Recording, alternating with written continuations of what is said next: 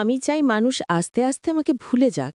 পেশাদার সঙ্গীতে ২৫ বছর পূর্তির মুহূর্তে সঙ্গীতশিল্পী তাহসান খান ঘোষণা করলেন এটিই তার শেষ ট্যুর।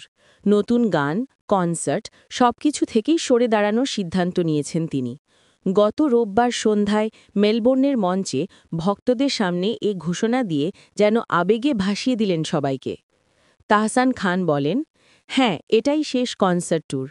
ঢাকায় দু-একটা ইভেন্ট আগে থেকেই কমিটমেন্ট করা আছে। সেগুলো শেষ করেই সঙ্গীত জীবনের ইতি টানছি। অনেক দিন থেকেই মনে হচ্ছিল বিদায় নেওয়া প্রয়োজন। এবার সময়টা ঠিক মনে হচ্ছে। সোশ্যাল মিডিয়ায় ভাইরাল হওয়া একটি ছবিতে দেখা গেছে তাহসান একজন আলেম থেকে ইসলামিক বই হাতে নিচ্ছেন। নেটিজেনদের একাংশ মনে করছেন ধর্মচর্চা করা এবং আত্মমনির জন্যই তিনি শোবিজ থেকে নিজেকে সরাচ্ছেন। এক সাক্ষাৎকারে তাহসান বলেন, আগে আমি খুব একটা ধার্মিক ছিলাম না, কিন্তু এখন সেটা করছি। মানুষ যা পরিকল্পনা করে তা হয় না, আর যা হয়ে যায় সেটা হয়েই যায়।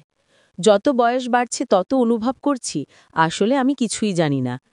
সোশ্যাল মিডিয়ায় ভাইরাল হওয়া একটি স্টোরিতেও দেখা যায় তিনি আল কোরআন সহজ বাংলা অনুবাদ বইয়ের ছবি পোস্ট করেছেন। নেটিজেনদের একাংশ মনে করছেন স্টোরিটি অভিনেতা তামিম মৃধাকে ধন্যবাদ জানিয়ে দেওয়া উদ্দেশ্যে ছিল। এক বিশেষ সাক্ষাৎকারে তাহসান হোয়াটসঅ্যাপে জানিয়েছেন তিনি চান মানুষ ধীরে ধীরে তাকে ভুলে যাক। তিনি বলেন, বিনোদন অঙ্গনের আড্ডায় আমি আর নেই, এটাই আমার শেষ সাক্ষাৎকার। অন্য কিছু পরিকল্পনা আছে, কিন্তু সেগুলো একান্তই ব্যক্তিগত।